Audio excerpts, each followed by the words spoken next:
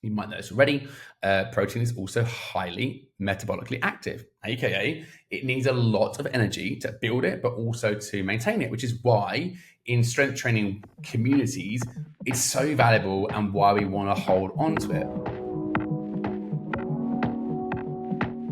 Hello, and welcome back to the Smart Strength Training Podcast. Believe it or not, we are up to episode 22.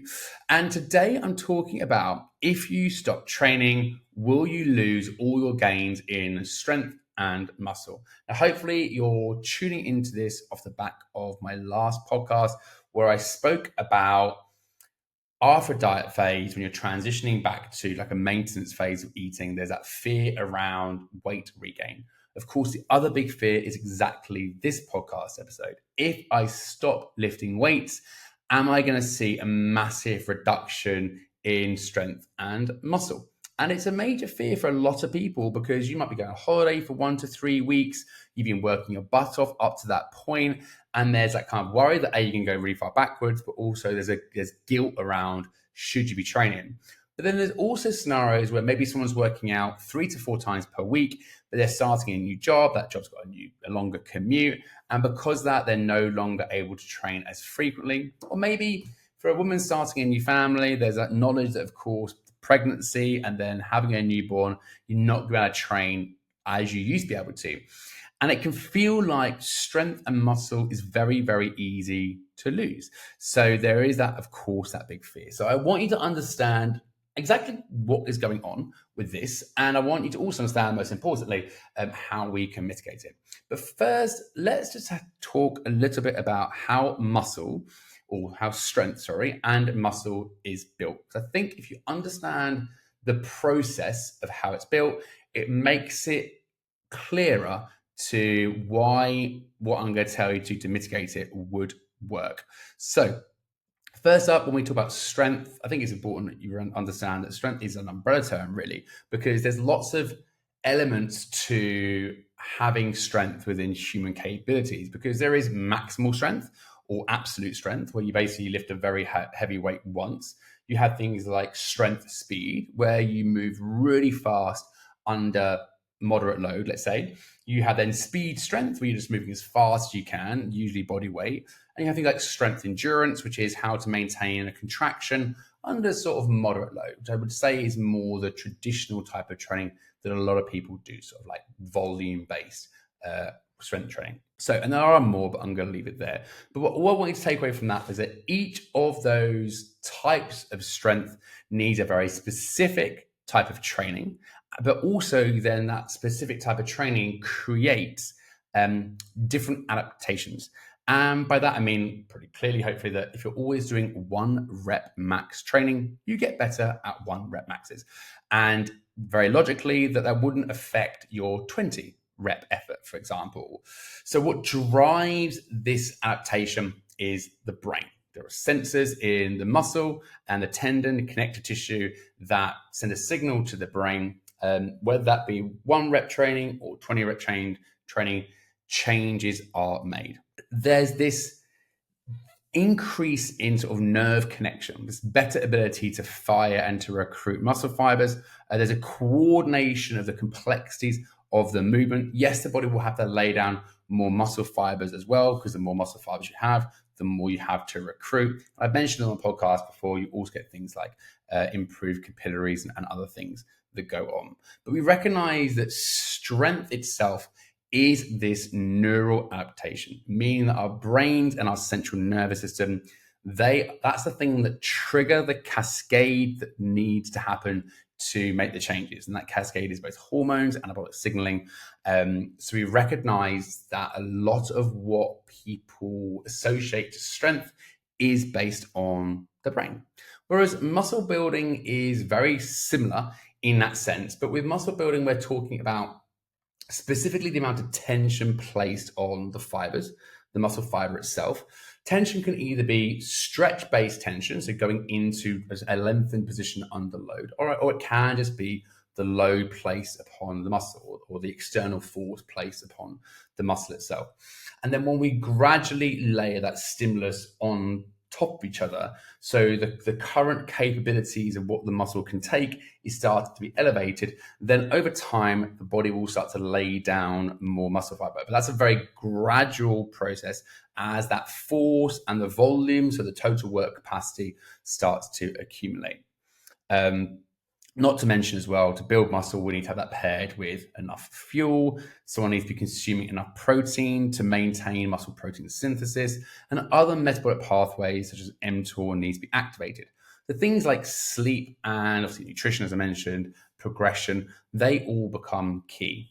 But the main thing to think about with muscle building is that the process itself is slow, and it has to happen with that gradual layered progression. So now we understand strength and neural adaptation. We understand muscle building is this sort of like gradual layered progression of stimulus. So what happens when we stop training? So when you stop training, that's kind of known as a training cessation. So the human body is remarkably adaptive. And when you look at what the human body does, it becomes very clear that survival is key and preservation of energy is a huge part of what the body needs to do. Now, muscle fibers are made of proteins. So if you think back to your GCSE biology, you might have heard of actin and myosin bonds. And they are the most simple contractile proteins, like protein bonds in strands.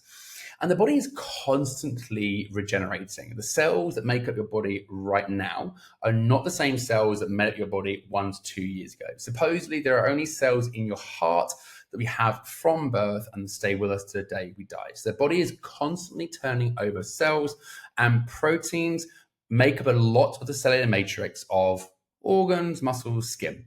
So we have this protein turnover rate all the time. Now, you might know this already, protein is also highly metabolically active, aka it needs a lot of energy to build it, but also to maintain it, which is why in strength training communities, it's so valuable and why we want to hold on to it. But because it takes up a lot of energy to maintain it, it also means that that places a demand on the body when it comes to energy. So when we train, we are constantly sending a signal to the brain that these tissues are totally necessary to fulfill the tasks of that particular human being's day-to-day requirements. But you think about your day-to-day life, how much heavy lifting, how much force, how fast are you moving, how much sprinting are you doing? Probably not a lot. So when you stop, we know that this muscle is very highly metabolically active, but we also know that it needs lots of energy to sustain it. So after 5, 7, 10 days of no training, there's no signal being sent to the brain. These proteins can be used elsewhere. So the body will start to redistribute those proteins for other parts of the human body. And of course, this is what sort of detraining and how detraining occurs. But before you lose your mind, let's back up a little bit. So first of all, I'm sure if you've been listening to this, you may have heard the term muscle memory. Muscle memory actually isn't a thing, but what is your brain and your central nervous system, and exercise actually alters your RNA. So, and you'll know this, if you've ever come back from, I don't know, a week off sick or 2 weeks off sick, you might feel slow. It might take a bit of time to get back into the groove, but a couple of weeks later, you're back to normal. Such is the power of the central nervous system. Now, as I mentioned before, like I said about 1 rep training versus 20 rep training, like it's very task specific. So, and that's great. Like it's good that people feel they're getting stronger. But what we're really talking about is practice. Like you practice a skill over and over again. You learn the pattern of the movement. You learn how to maybe stabilize the spine under load. You learn how to breathe and brace. You learn how to like control a weight shift, let's say in a squat, and just any of the complexities that required to do the skill that you were doing under load. So practice is what got you there. But now you stop practicing. So you've stopped managing that skill under load. So there's a skill component that's going to be diminishing. And then when you get back under a barbell, 2 weeks, 3 weeks later, you're back to where you are. So you didn't lose strength in that short period. You lost skill practice. So it wasn't so much about muscle memory. It was literally just the nervous system being reintroduced to the task-specific skill. And now, why am I telling you this? Because keeping on practicing exercises is probably the key takeaway to this episode. And this leads nicely into the research. So, in research, we see little to no strength loss after 7-day break in training. And I would say anecdotally that plays out. If you've ever taken a week of training, you often come back feeling stronger or certainly refreshed and maybe better than before.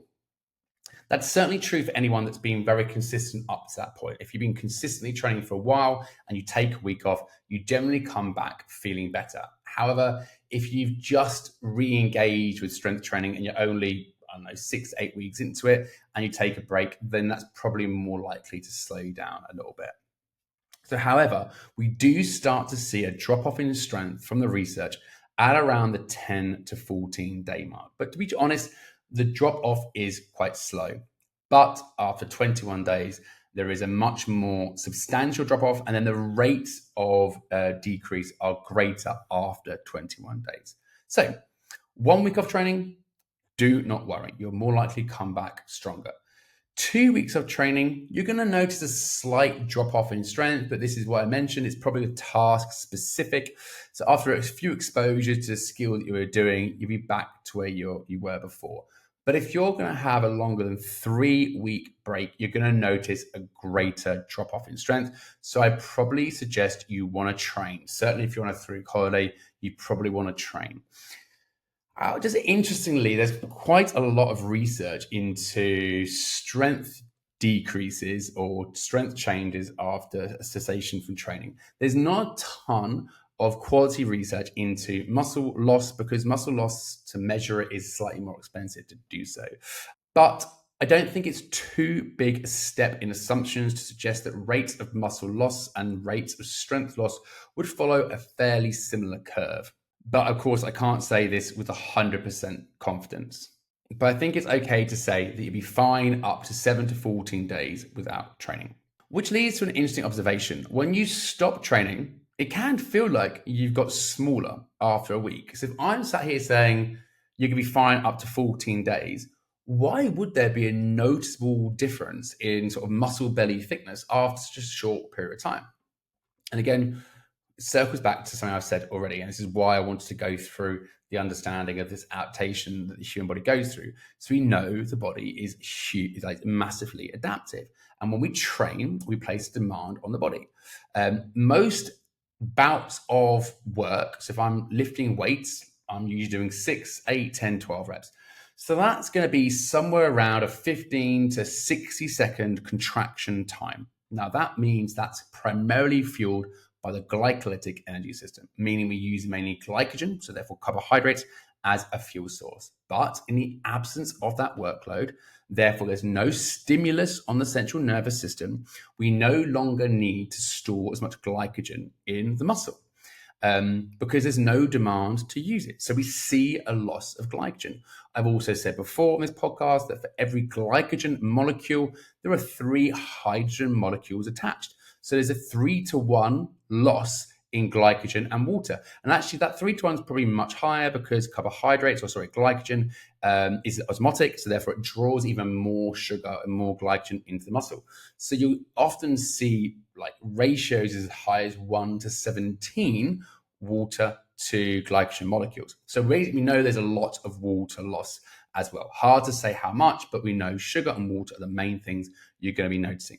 So if you experience a loss in muscle belly thickness, that's very much plasma. We think of like the pump that people get when they go to the gym. That's effectively what you're losing. But again, re-exposure to the training stimulus, the body can readapt, store more glycogen and more water.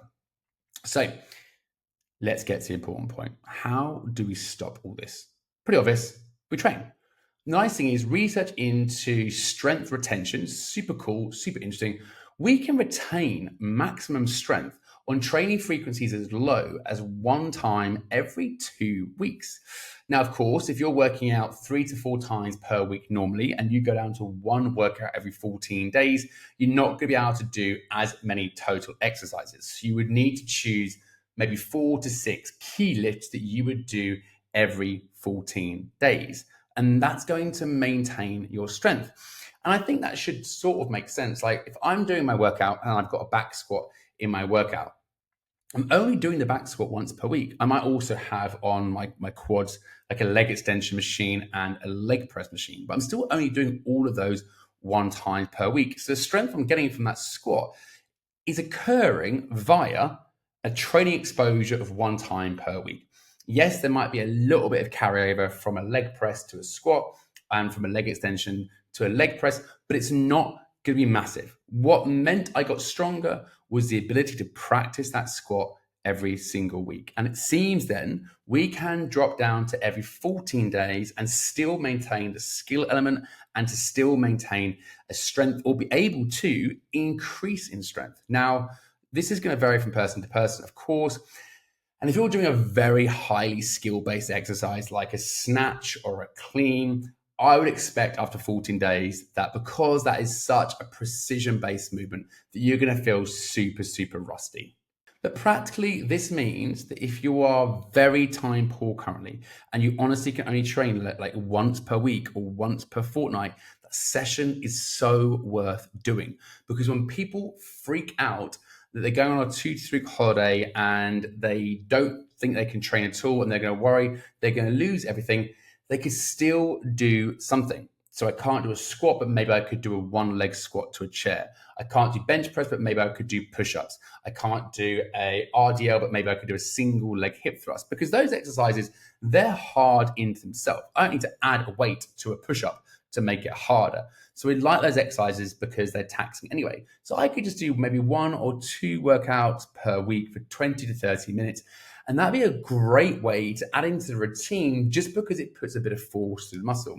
Of course, that's going to be a limitation to the task-specific skill of the back squat. I can't sit here and say a one-leg squat to a chair is going to give you all the skill practice you need to come back to that one leg squat, but at least it's putting force through the muscle. And that should be enough to maintain a good level of strength and to a degree, a good level of muscle tissue. So I think this is more because we have to recognize there's not the huge body of research to back up what I'm about to say, but why would I'd be pretty confident to say the low exposure of these exercises, why is that going to help retain muscle? And this point is the whole reason I went through that fairly long process of talking about the muscle and how they're built. So we know that it's a stimulus on the nervous system that creates that cascade in anabolic signals to maintain protein synthesis and maintain protein turnover. So if I'm doing a push-up and a single leg squat, it's a low dose stimulus, but it's still stimulus on the nervous system that says that we should be keeping the tissues, the proteins that are stored in those peptide bonds in order to maintain those sort of contraction, those actin and myosin bonds, the actin and myosin filaments. So that stimulus becomes key. So to really wrap this up from the last podcast to this one, as I've sort of already touched on already, as much as it takes a lot of effort to get in shape, to build muscle, and to lose the body fat, staying in shape is significantly easier. It still takes time and it still takes effort, but you do get to go down to a slightly lower training frequency if you want to, and you do get to eat more food. So I don't think people need to stress out and worry anywhere near as much as I often think that they do. There has to be a recognition that you can't ever stop, that's for sure. But I also think it's never going to be as much of a grind as it can be to get all the way there. Because I think it's when you transition from you're working so hard to build the muscle, you're working so hard to get to a certain point, and it can feel like it goes back really quickly. But I don't think it goes quite back as quickly as people think it does. There are the things that I've mentioned in this podcast and in the previous podcast that explain the short-term changes, that loss of glycogen, that loss of water, that make us freak out a little bit. So hopefully the last 2 podcast episodes have given you some insight and some tools to understand when you're transitioning from that maintenance phase or when you're going on holiday, what are some good strategies that you can use to make sure you don't lose all your gains and you can keep going. So I hope that was useful, and I'd love to hear from you what you do when you're on holiday? Do you like to train? Do you take it as a rest period? Who of you freak out if they're going away on holiday and make sure to take their bands? Who of you just enjoy the break and accept it as a little bit of a gap in your workouts?